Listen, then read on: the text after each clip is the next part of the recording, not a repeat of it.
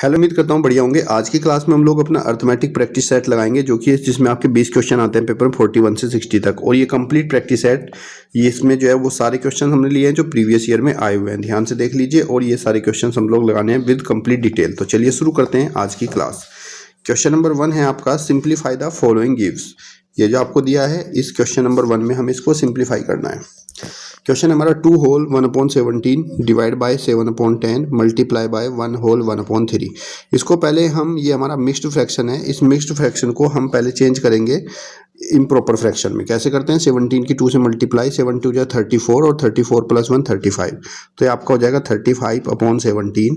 फिर डिवाइड, इसको भी हम लिखेंगे 7/10 और फिर मल्टीप्लाई बाय, ये हमारा मिक्स है, इसको भी इम्प्रॉपर में चेंज करेंगे। 31 1 31, 33 + 1 34। तो ये आपका 34/33 हो जाएगा। इसको सोल्व करेंगे। यहाँ पे देखो, इसमें हमें यूज करना पड़ेगा बोर्ड मास। बच्चे, बोर्ड मास क्या होता है? जब एक से ज़्यादा साइन एक जगह इकट्ठे हो जाते हैं तो बोर्ड मास हमें बताता है किसको पहले करना है। BODMAS। बोर्ड मास क्या करता है? अगर पहले ब्रैकेट है तो आपको ब्रैकेट को सोल्व करना है, ऑफ है तो ऑफ को, उसके बाद फिर डिवाइड, फिर मल्टीप्लाई, फिर प्लस और फिर माइनस। अब यहाँ पर ब्रैकेट ओ और ये तो नहीं है, यहाँ पर डिवीजन से शुरू हुआ है तो हमें पहले डिवाइड करना होगा। डिवाइड इन दोनों के बीच में है। डिवाइड कैसे करते हैं? सबसे पहले 35/17 और ये जो डिवाइड का साइन है इसको मल्टीप्लाई में चेंज करने के बाद इसको रेसिप्रोकल करते हैं। दैट मीन्स 10 को ऊपर रखेंगे और 7 को नीचे। रेसिप्रोकल का मीन्स होता है किसी भी फ्रैक्शन को उसको इंटरचेंज कर देना, न्यूमरेटर को डिनोमिनेटर, डिनोमिनेटर को न्यूमरेटर में चेंज करना, और मल्टीप्लाई बाय 34/33। अब ये टोटल आपका मल्टीप्लाई में चेंज हो गया। इसको सोल्व कर देंगे, देखते हैं कौन से क्या कटेगा। 17 1 जा 17, 17 2 जा 34 और उसके बाद आपका कैंसिल, और तो कुछ आई थिंक मुझे लगता है कैंसिल यहाँ पे होने वाला नहीं है। 7 से हो जाएगा, 7 1 जा 7, 7 5 जा 35। बस अब हमें जो हमारी टर्म्स बची, ऊपर बचा हमारे पास 5 × 10 × 2 डिवाइड बाय 33। ये 5 10 और 2 बचा हुआ है। इसको भी यहाँ से सोल्व करेंगे। 10 5 जा 50, 2 जा 100, तो आपका हो जाएगा 100/33। अब इसको फिर से मिक्स्ड फ्रैक्शन में चेंज करेंगे। मिक्स्ड फ्रैक्शन में कैसे चेंज करते हैं, कंप्लीट मेथड समझ लो। ये जो हमारा न्यूमरेटर है 100, ये कब करते हैं? जब हमारा न्यूमरेटर बड़ा होता है डिनोमिनेटर से। 100 को डिवाइड करेंगे 33 से, 33 3 जा 99। यहाँ पर रिमाइंडर करेंगे, रिमाइंडर हमारा 1 आया। अब लिखने का तरीका समझ लो कैसे लिखते हैं। जो हमारा क्वोशेंट है इसको आगे लिखते हैं, रिमाइंडर को ऊपर, और नीचे जो डिनोमिनेटर था वो सेम टू सेम। आंसर होगा 3 होल 1/33। ऑप्शन नंबर ए आपका राइट आंसर। चलिए अब करते हैं क्वेश्चन नंबर 2। क्वेश्चन नंबर 2 है आपका 42, writing 0.0725 in simplest fraction from giving the result. इसको हमें फ्रैक्शन में चेंज करना है। क्वेश्चन है हमारा 0.0725। फ्रैक्शन में चेंज करने के लिए क्या करते हैं बच्चों, यहाँ पर हम काउंट करेंगे। ये जो डेसिमल है इसके पीछे इस तरफ कितने डिजिट हैं, हमने इनको काउंट किया। डेसिमल के पीछे 1 2 3 4 डिजिट है। तो आपको क्या करना है, ये डेसिमल को रिमूव करके 1 के पीछे 4 ही हमें 0 लगा देने हैं। ये हमारा डेसिमल से फ्रैक्शन में चेंज हो जाएगा। तो फाइनली ये हमारा हो गया 725 डिवाइड बाय 10,000। अब इसको हम कैंसिल करेंगे। देखो, अगर बाद में 5 और 0 है, 5 से कैंसिल हो जाएगा आराम से। 5 दूनी 10, 5 2 जा 10, 0 0 0, 5 1 जा 5 बचा 2, 5 4 जा 20, फिर बचा 2, 5 5 जा 25। उसके बाद फिर 5 से कैंसिल करेंगे। 5 2 जा 10, 5 9 जा 45, 5 4 जा 20, 0 0। तो फाइनली इसको सिंप्लीफाई करने के बाद आया 29/400। ऑप्शन नंबर आपका बी राइट आंसर हो जाएगा। क्लियर है? कभी भी आपको डेसिमल को चेंज करना होता है फ्रैक्शन में तो उसके लिए क्या करते हैं हम, डेसिमल के बाद डेसिमल के पीछे डिजिट काउंट करते हैं कितने डिजिट हैं। जैसे यहाँ पर 4 डिजिट थे आफ्टर डेसिमल, तो हमें 1 के पीछे 4 ही 0 लगानी होंगी। मान लीजिए कोई नंबर ऐसा होता है आपका बोलता है जैसे 0.25 है और इसको चेंज करना है हमें फ्रैक्शन में, तो क्या करते हैं, डेसिमल के बाद कितने डिजिट है हमारे, 2 डिजिट। तो 1 के नीचे 2 0 लगाकर ये डेसिमल हटा देते। तो फाइनली 25/100 हो जाता। 25 4 जा 100, तो ये 1/4 हो जाता। क्लियर? अब देखते हैं क्वेश्चन नंबर 43। क्वेश्चन नंबर 43 में आपको बताया गया है कि HCF ऑफ 72 एंड 180 हमारे पास कोई दो नंबर हैं, एक नंबर है 72 और दूसरा नंबर है हमारे पास 180 और इन दोनों का HCF हाईएस्ट कॉमन फैक्टर जो है वो 36 है। LCM बताओ क्या होगा। तो बच्चों यू नो दैट कि LCM इंटू HCF, LCM और HCF का जो प्रोडक्ट होता है वो हमेशा नंबर के प्रोडक्ट के इक्वल टू होता है। सो LCM हमें यहाँ पे फाइंड करना है। LCM is equal to product of number क्या है हमारे पास 72 इंटू 180 और डिवाइड बाई ये जो HCF मल्टीप्लाई में है ये इधर आकर डिवाइड में चला जाएगा। HCF हमारा कितना हुआ 36, यहाँ से हम इसको सोल्व कर लेंगे। 9 8 जा 72, 9 4 जा 36, यहाँ से 4 1 जा 4, 4 2 जा 8, तो फाइनली LCM आ जाएगा 2 into 180 is equal to 360। Option number B आपका राइट आंसर। क्लियर है। अब आपको बस ध्यान रखना है कि अगर आपको पूछा जाता है LCM तो आपको क्या करना है, प्रोडक्ट ऑफ नंबर जो भी नंबर दिए होंगे उनकी मल्टीप्लाई डिवाइड बाय हम HCF से कर देते हैं। और अगर मुझे HCF निकालना है, नोट कर लो कॉपी में, तो product of number divide by LCM कर देते हैं। कभी कभी हमें नंबर एक दिया जाता है, दूसरा पूछ लेता है, तो अगर हमें एक नंबर फाइंड करना है तो इक्वल टू हो जाता है LCM इंटू HCF का product divide by given number. तो ये तीनों फॉर्मूले भी आप लोग नोट कर लीजिए। अगला क्वेश्चन देखते हैं। अगला क्वेश्चन है आपका the sum of the digit of a number is subtract from the number, the result number is always divisible by. इसका मतलब समझो क्वेश्चन का। भी 2 डिजिट का नंबर ले लीजिए, जैसे मान लीजिए मैंने यहाँ पे एक 2 डिजिट का नंबर ले लिया है 16, तो इस नंबर में से ये जो 16 है इसमें से सब्ट्रैक्ट करो इसके डिजिट का सम। डिजिट क्या है हमारा 1 और 6, तो 1 प्लस 6 को ऐड करेंगे तो कितना आएगा 7, इसमें से माइनस करो इसके डिजिट के सम को माइनस किया, 16 में से 7 गया, कितना है आपका 9। हमें ये बताना है कि ये जो हमारा इसका सम आएगा सब्ट्रैक्ट करने के बाद जो सम जो भी नंबर आएगा वो हमेशा किससे डिविजिबल होगा। तो अगर हमारा कोई भी 2 डिजिट का नंबर है और उसी को उस नंबर में से सब्ट्रैक्ट करते हैं इसके डिजिट के सम को, तो वो नंबर हमेशा 9 से डिविजिबल होता है, वो 9 के टेबल में जरूर आता है। जैसे मान लीजिए फॉर एग्जांपल मैंने यहाँ पर नंबर लिया 56, तो मैंने 56 नंबर लिया और इसमें से सब्ट्रैक्ट करना है इसके डिजिट के सम को, यानी कि 5 प्लस 6 को ऐड करेंगे कितना होगा 11 को माइनस करेंगे, 6 में से 1 गया आपका 5 में से 1 गया 4, कितना है 45। तो देखो 9 की टेबल में आ जाता है 9 5 जा 45। तो अगर हम कोई भी 2 डिजिट का नंबर के डिजिट का सम को उसी नंबर में सब्ट्रैक्ट करते हैं तो वो हमेशा 9 से डिवाइड हो जाता है। या फिर पेपर में आपसे पूछ सकता है कि अगर हम उसको सब्ट्रैक्ट की जगह ऐड करते हैं, प्लस करते हैं, तो प्लस करने में वो नंबर हमेशा 11 से डिवाइड होता है, ये ध्यान रखना। क्लियर बच्चों। अगला क्वेश्चन देखते हैं, question number 45। The number of 2 digit 45 में हमसे कहा गया है the number of 2 digit natural number is. हमारे जो नेचुरल नंबर है वो 2 डिजिट के कितने नंबर होते हैं। तो कैसे निकालते हैं, 2 डिजिट का सबसे ग्रेटेस्ट नंबर होता है 99, उसमें से माइनस करेंगे 1 डिजिट का ग्रेटेस्ट नंबर को, कितना आया 90। तो हमारे पास 2 डिजिट के जो टोटल नेचुरल नंबर होते हैं वो 90 होते हैं। ऑप्शन नंबर बी आपका राइट आंसर।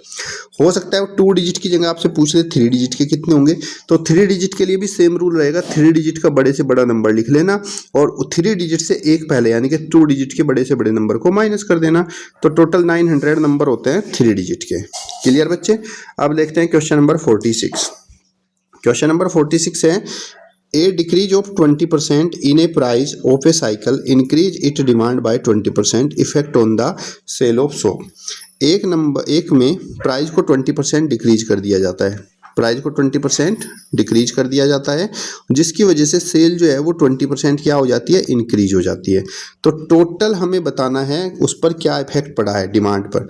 तो ऐसी कंडीशन देखो, जब हमारा नंबर ऑफ प्राइस डिक्रीज हो और उसी सेम क्वांटिटी में नंबर ऑफ डिमांड इंक्रीज हो, तो ऐसी कंडीशन में हमेशा जो सेल होती है, सेल मतलब जो भी रुपीज जितना बिक रहा था वो हमेशा कमी हो जाती है, उसमें हमेशा डिक्रीमेंट होता है और वो डिक्रीमेंट इज इक्वल टू होता है दोनों परसेंटेज के प्रोडक्ट के को डिवाइड करते हैं बाय 100 से। सोल्व करेंगे तो 2 2 जा 4, तो ये 4% क्या हो जाएगा, डिक्रीज हो जाएगा।